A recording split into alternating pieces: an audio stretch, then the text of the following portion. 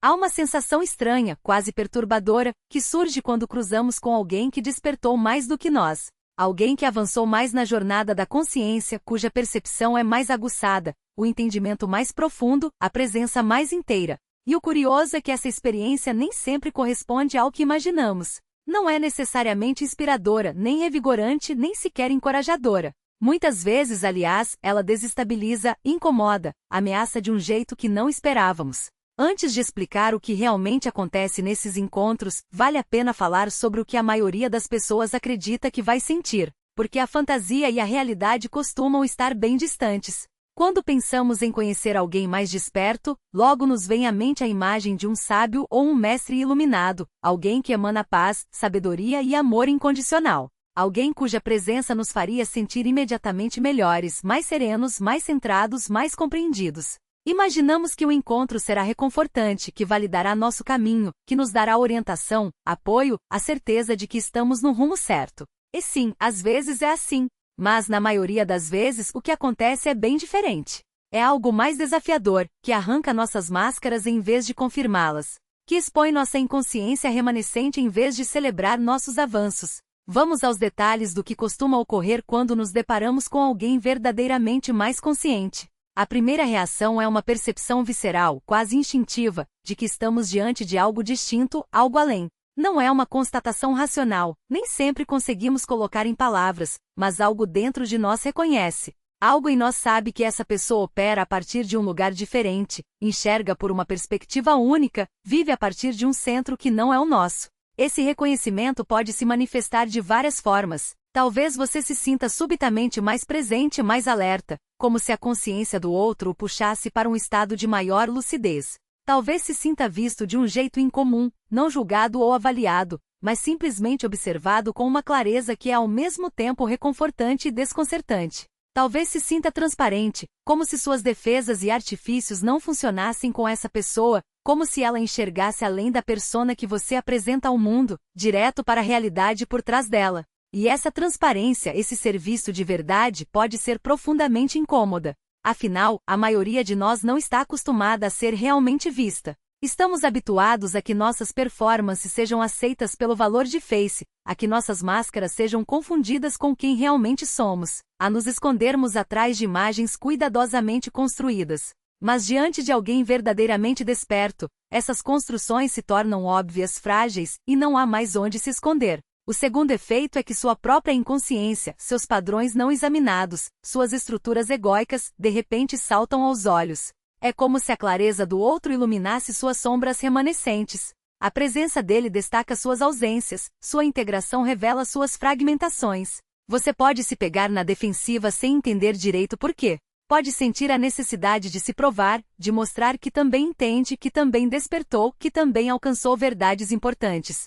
Talvez sinta uma competição interna, querendo equiparar suas percepções às dele, suas experiências às dele, sua profundidade à dele. Ou pode sentir o oposto, uma súbita pequenez, uma inadequação, como se tivesse se enganado sobre seu próprio progresso, como se tudo que acreditava ter compreendido fosse raso, parcial, incompleto. Como uma criança diante de um adulto, como alguém brincando de despertar diante de quem realmente encarna essa realidade.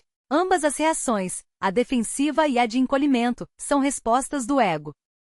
São o ego sentindo sua posição ameaçada, sua narrativa sobre si mesmo sendo desafiada, sua pretensão de entendimento sendo colocada em xeque. E o mais interessante é que a pessoa mais desperta não precisa fazer nada para provocar essas reações.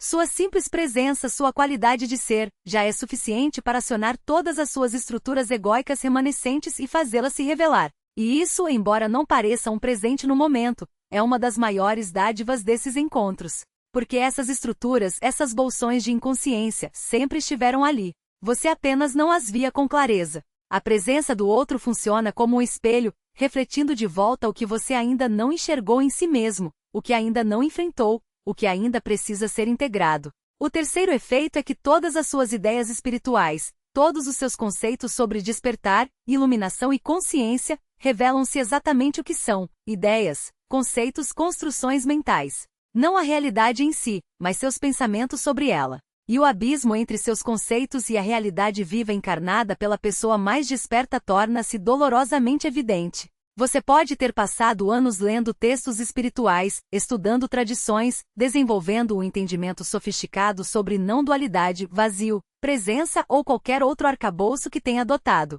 Pode ter acreditado que compreendia essas coisas, que conseguia explicá-las com eloquência, que havia realmente captado sua essência. Mas diante de alguém que não apenas pensa sobre elas, mas as vive, você percebe a enorme diferença entre saber sobre algo e ser esse algo. Você entende de repente que todo o seu conhecimento foi, em grande parte, conceitual, mental, teórico, enquanto que o outro tenha direto e imediato vivido. É como a diferença entre alguém que leu tudo sobre natação e alguém que realmente nada. O primeiro pode saber muito, descrever técnicas com riqueza de detalhes, entender a física e a biomecânica envolvidas. Mas coloque-o na água ao lado de um nadador de verdade, e a disparidade se torna gritante.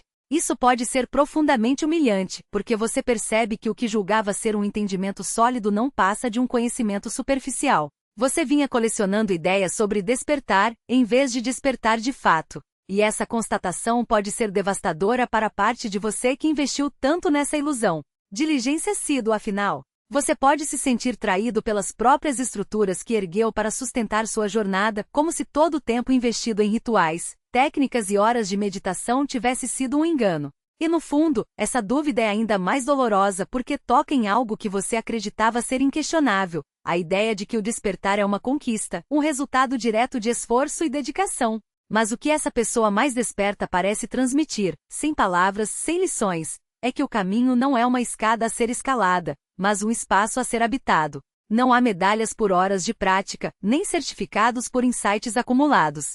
O que há, na verdade, é um convite silencioso para abandonar a luta, para soltar a necessidade de controlar o processo, para deixar de lado a ilusão de que você pode forçar a abertura da consciência como se fosse uma porta trancada. E isso não significa que a prática seja inútil. Ela pode ser um veículo, um apoio, uma forma de preparar o terreno. Mas ela não é o despertar em si. Ela é apenas um dedo apontando para a lua, e não a lua. Quando você percebe isso, algo em você pode resistir com todas as forças. Afinal, se o esforço não é o caminho, então o que resta? A rendição? A entrega? A ideia de que talvez você não precise fazer nada além de estar presente? Isso pode soar como heresia para quem construiu sua identidade espiritual em torno da disciplina, da superação, da ideia de que o despertar é uma recompensa por mérito.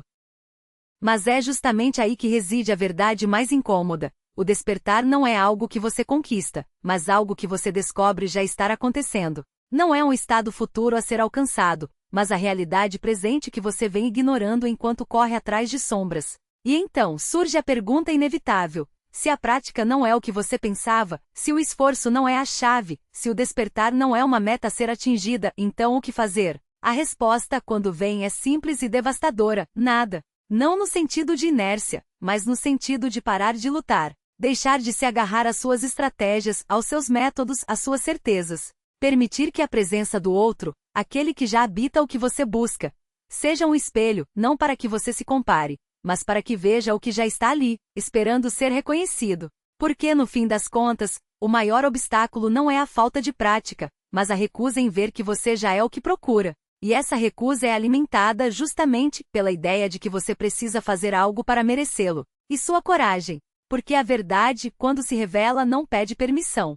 Ela simplesmente está ali nua, exigindo que você a encare, não com desculpas, mas com ação. E é nesse momento que você percebe: a vida que você construiu não é um castelo inabalável, mas um arranjo frágil de concessões. Cada escolha que você fez para evitar o desconforto, cada compromisso que aceitou para manter a ilusão de segurança, agora brilha sob uma luz implacável. Não é que o outro esteja julgando você. É que a própria existência dele, a forma como ele se move no mundo sem pedir licença, sem se desculpar por ocupar espaço, expõe a mentira que você contou a si mesmo, de que estava tudo bem, de que era assim mesmo, de que não havia outra maneira. E então surge a pergunta que queima: e se eu estiver errado? Não sobre fatos, não sobre teorias, mas sobre a própria estrutura da sua vida. E se o trabalho que você tolera não for um mal necessário, mas uma prisão que você mesmo construiu? E se o relacionamento que você mantém por medo da solidão for apenas um acordo mútuo de mediocridade?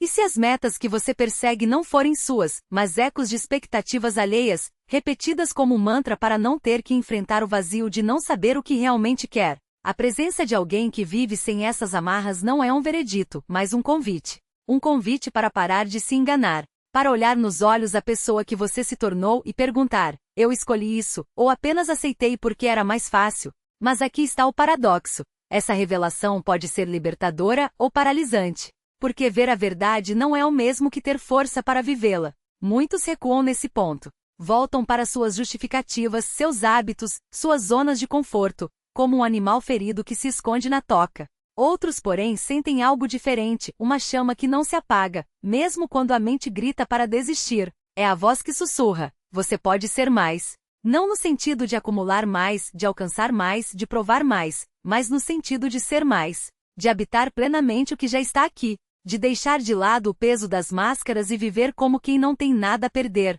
E então, quando você menos espera, acontece a 11ª coisa: o medo se transforma em curiosidade. Não aquela curiosidade superficial que busca respostas prontas ou atalhos, mas uma curiosidade profunda, quase infantil, que pergunta: e se eu tentar? E se eu largar esse emprego que me sufoca? E se eu disser a verdade para essa pessoa que amo, mesmo que ela não queira ouvir? E se eu parar de fingir que sei o que estou fazendo e simplesmente começar a viver como se cada dia fosse uma página em branco? O mais estranho é que, nesse ponto, você já não precisa de garantias. Porque a própria ideia de segurança começa a parecer uma armadilha. Você entende finalmente que a vida não é um projeto a ser concluído, mas um mistério a ser vivido.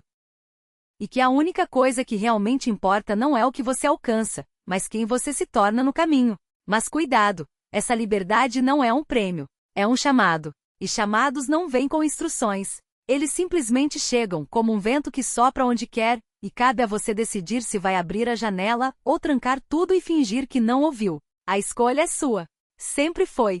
Sua ação, sua disposição em carregar o peso de viver de forma diferente.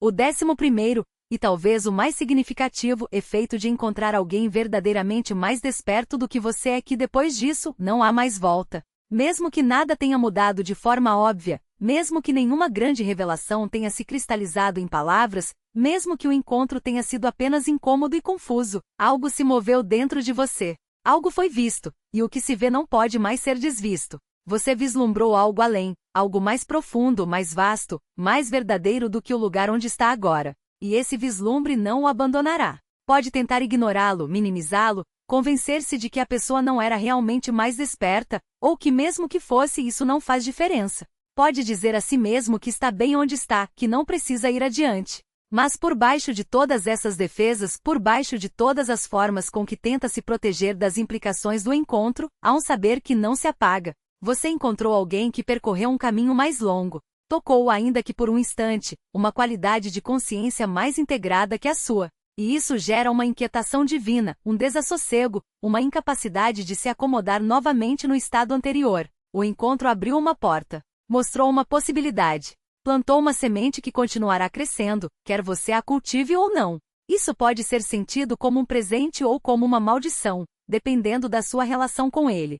Se resistir, se lutar contra as mudanças que ele quer catalisar em você, parecerá um fardo, uma perturbação indesejada, uma ameaça à sua identidade espiritual confortável. Mas se trabalhar com ele, se permitir que faça seu trabalho, se seguir para onde ele aponta, mesmo quando o caminho é incerto e desconfortável, pode se tornar o catalisador de um salto adiante, de um aprofundamento, de uma ruptura que não teria ocorrido sem esse encontro. Então, o que fazer quando se encontra alguém mais desperto? Como navegar esses encontros com habilidade, receber o que tem a oferecer, evitar as armadilhas da idealização e do desprezo, e permitir que a experiência catalise uma transformação genuína? Primeiro, reconheça o que está acontecendo. Entenda que o desconforto que sente não é sinal de que algo está errado, mas de que algo está sendo revelado.